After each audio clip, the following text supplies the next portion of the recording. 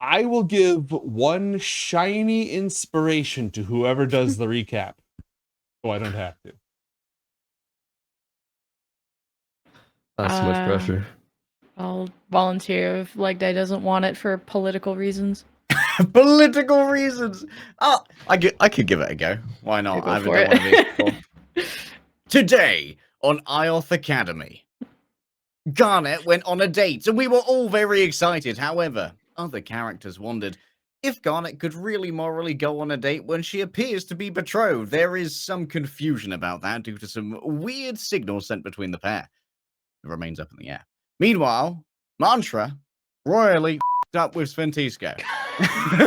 Sventisco means to leave IOTH Academy and pursue other ventures that she views are more helpful in the outside world. Mantra doesn't particularly want to go, but wouldn't like his girlfriend to go either. But he's a nice kid. He's a nice guy and doesn't want to control his girlfriend. So who is he to forbid her from leaving? So Sventisco's fate hangs in the balance.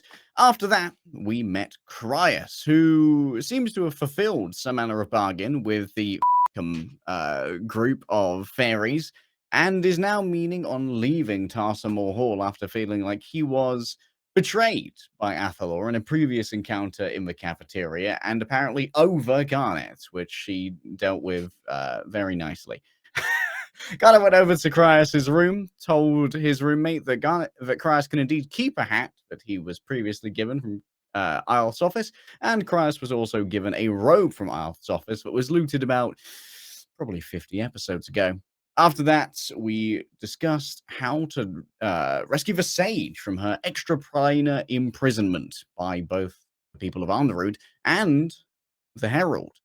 This led to discussions with Miahil Na Underwood, the master of abjuration, and him dipping his fingers in some statecraft along with the three young leaders who might be able to leverage some of their Brompton resources and potentially some pressure from dragon tribes to try and squeeze Underwood on its trading laurels to try and make them release the Sage, or alternatively, to try and dupe a competing family for leadership into doing some naughties with Vajaya and releasing a Sage, which would work out well for the Underwoods and being able to punish those particular people. Afterwards, Elnau was brought up to speed on the plan and offered Untermauler's services in making these shenanigans work. Finn. Very good. Thank you. I love not having to do that. Add an inspiration to your sheet. And don't forget your inspiration from today. Hi, everybody. This is IOTH Academy Detention. That was our 96th episode of our short episode series. Recap is already out of the way. I have a few things that I want to put on the agenda, but let's go ahead and just start out with our standard stars and wishes, starting with Crowan. And before we go into that, I didn't really ask before the show, how did the move go? Your new digs look sweet. Oh, the move was it's decent. I flew across country, so I had to downsize a lot of stuff, pack up some boxes, ship them. The PC thankfully survived. That was the big worry, but no, it's all good. I'm settling in. Yeah, we're chilling. We're chilling. Good change of pace. Excellent. Give me your stars and wishes. Yeah, stars and wishes. I really enjoyed the conversation, sharing, the dates and all that, and the advice between friends of Mason, Athalor, and Garnet. I think it was good vibes back to the less serious kind of stuff, but good change of pace there. And Mantra learned some stuff from that conversation. It was good friend perspective. For a wish, I am torn between something with Sven's connection to whatever this new power is. Her the hair difference, hair change, but also Sage stuff is interesting. But I don't know. I guess Sventisco. I think it'll just perspective on the whole thing. I was probably change, and that'll come up during the conversation next time. But really want to see, I guess, how Sventisco continues to develop, and she has all these big ideas and aspirations to help people and do as much good as possible. So I suppose just I don't know, continuing to see a progression there and how these kind of maybe potential powers are going to help. Magnificent. She's actually already flexed some of her powers. They're just subtle. They're not the kind that involves, summoning a phoenix to blast all the baddies in the school. Legs. Give me your stars and wishes or anything else you got. My stars were for stage directions and the use thereof, such as brackets sad, he can keep the hat, and brackets sad eats bread. Which I found just to be incredibly amusing. The sad kneeling in front of a door eating some bread. I was like, that's a scene that really tickles me. So I really enjoyed that. Glad my depression amuses you. Very much, thank you. Sadly eats additional bread slice. As for wishes, I'm enjoying Athalor continuing to view his connection with his uncle as a liability. I think that's an interesting character arc for him. So looking forward to pushing a little bit more on that and seeing if Athalor can strike out beyond the gifts that have been given to him and claim some gifts instead. It will not be given; we shall take instead. With nothing but a small loan of psychic powers from my father. 6 million IQ. Lemon, what about you? Yeah, I agree with almost called you Mantra, but now I can call you Crowan. With the whole advice exchange, that was a fun interaction. Wishes, I guess. What the heck is a Lozern cooking? I don't know what he's dropping off, and I didn't know he was that collaborative last time we left off. I guess he really is. And looking forward to seeing what he's doing, and if Kryos is gonna be is gonna contribute, or if he's just gonna be useless like he usually is. So useless He and does very much bitchy. overestimate his importance. His friendship was the nice part. Now that friendship ended, he can fuck off forever. And be useless Friendship. and whiny out of my face. Friendship really is magic. All right. So I figured we had all this dating advice going back and forth, and we've got Mantra realizing what's going on with Ventisco, and we've got Garnet avoiding her real problems by tactical use of boys. So I thought we'd do a shipment called Shipping Athalor. Oh, really? In a box. In a box. Back to Underwood. Back to Underwood.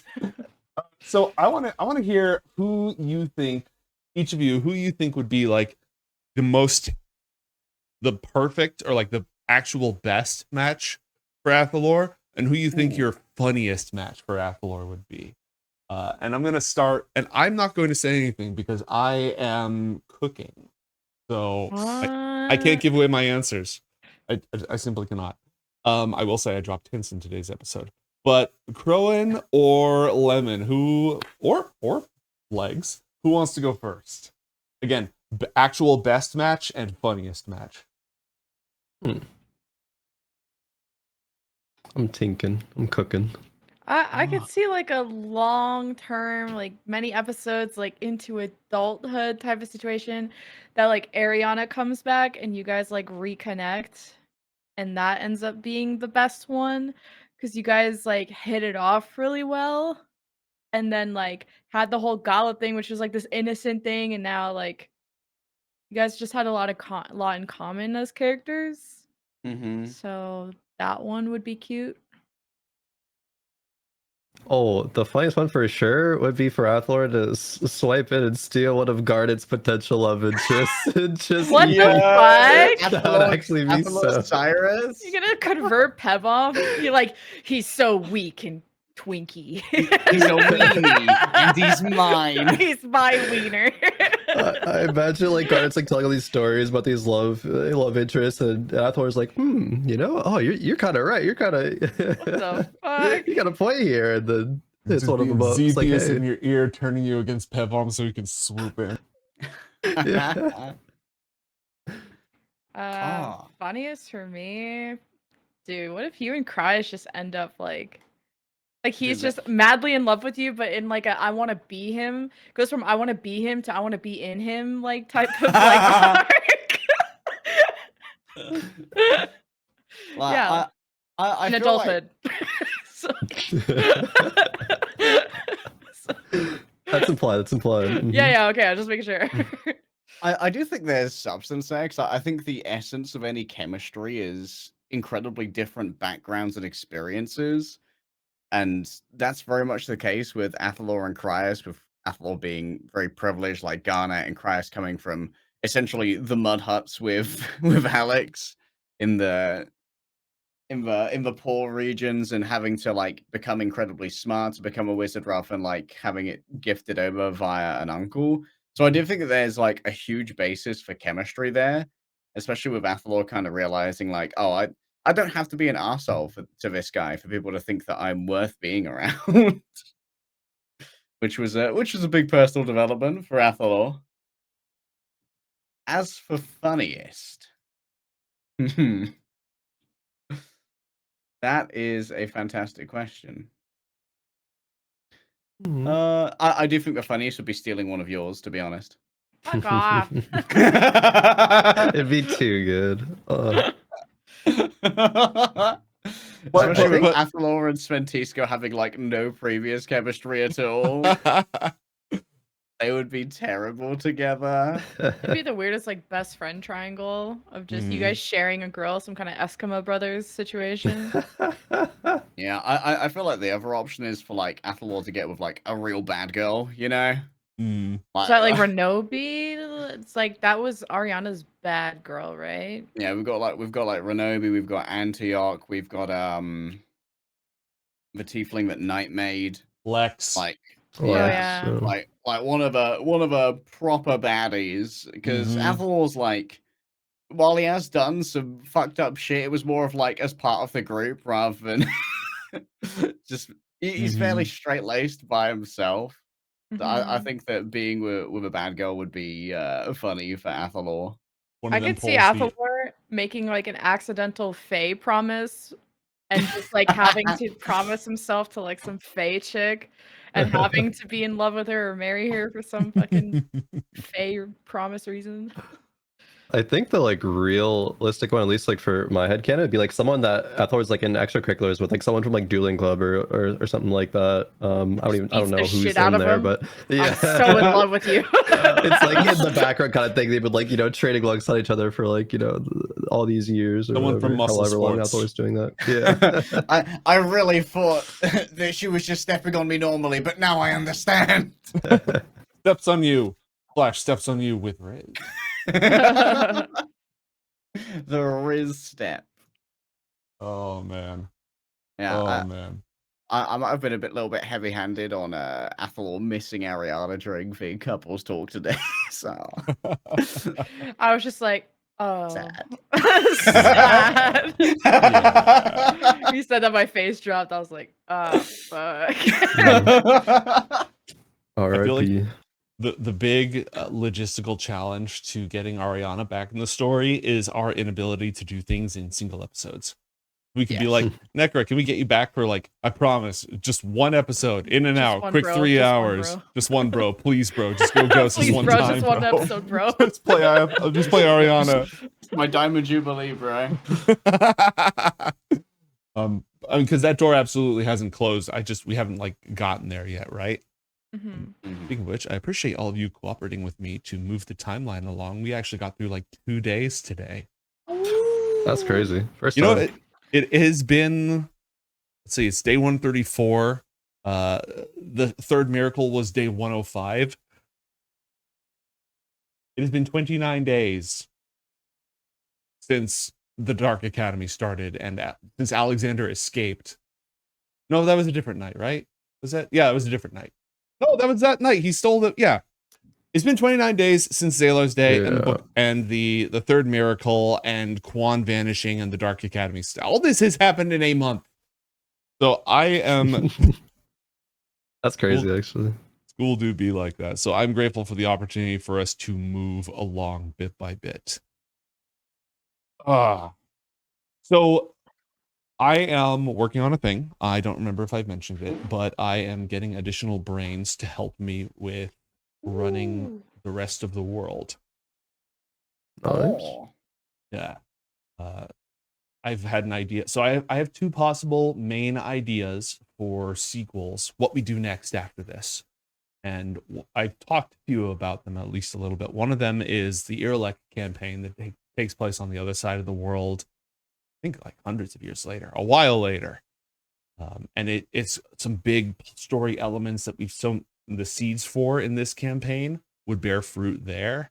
A lot of questions would be answered, and you'd all get the chance to play more martial-oriented characters. Could still be magic, but who learned like fighting skills and such.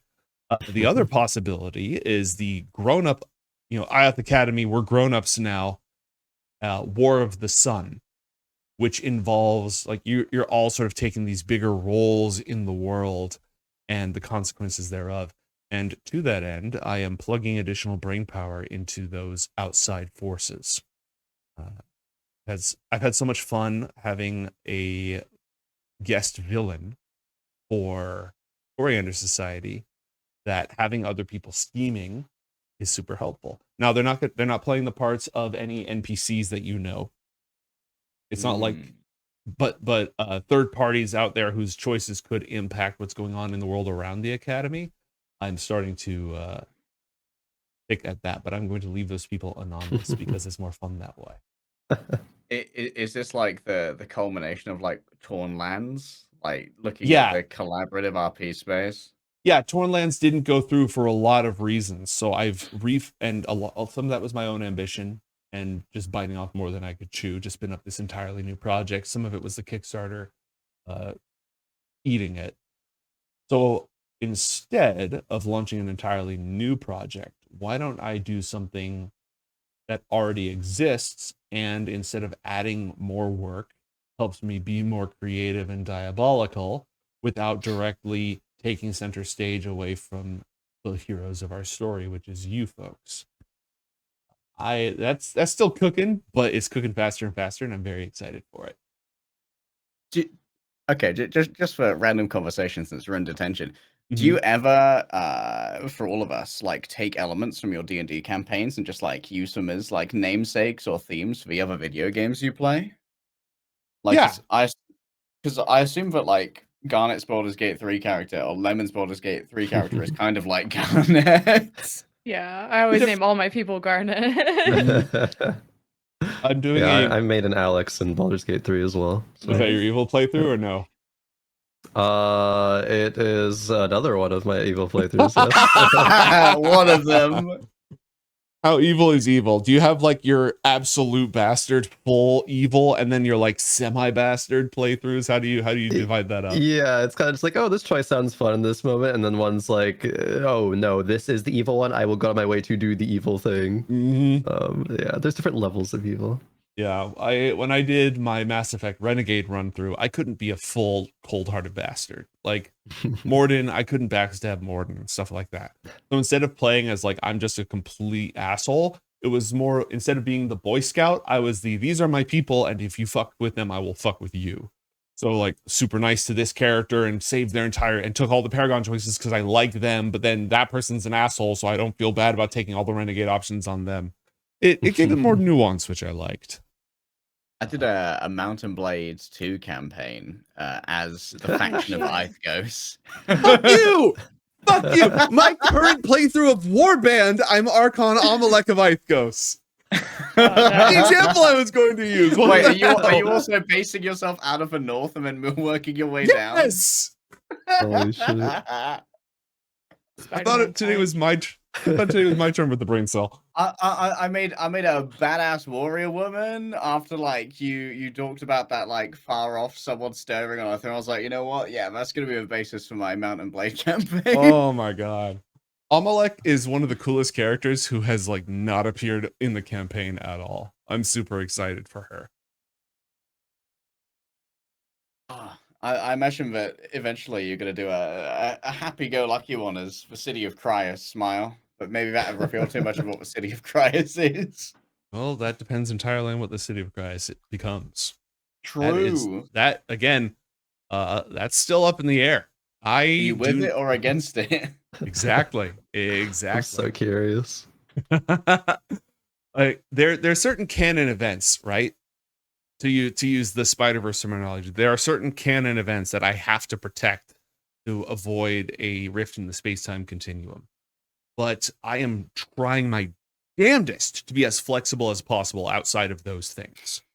Like, again, everyone has to believe that IOTH Academy has been destroyed by the time of Quest for the Book of Dawn. Mm-hmm. That has to be true. If you go there, it's not there. There's a ruin there. The specifics of how that happened, up in the air. Don't know. Maybe it'll be destroyed. Maybe you'll figure out something clever. Maybe something else entirely will happen. The secret magical kingdom of Cryas that everyone believes has the Book of Dawn has to exist. That is a thing that has to happen. But why it exists and why people think the Book of Dawn is there and stuff, a million different answers to those questions. That's the fun with legends. That's what I like. 100%. That's what I like. You know, where else can, you know, Baldur's Gate 3 has done an unprecedented job of player agency. But it's not like Baldur's Gate 4 is going to be different for everybody's playthroughs or take place in a completely different continent, right? Based on what you did in your playthrough. Mm-hmm. That's a D&D thing. One of the things I love about running adventures in this shared world is making it feel like your choices don't just matter for you, they matter for the entire fate of this world, giving you that sense of legacy. It's such a cool feeling. You hear stories about DMs who have been running the same game for 40 years and like they started with their parents playing and now they're playing with their kids and they've had a consecutive chronology through the entire thing. So the legends they're talking about are things they played. That does it for me. That absolutely does it for me.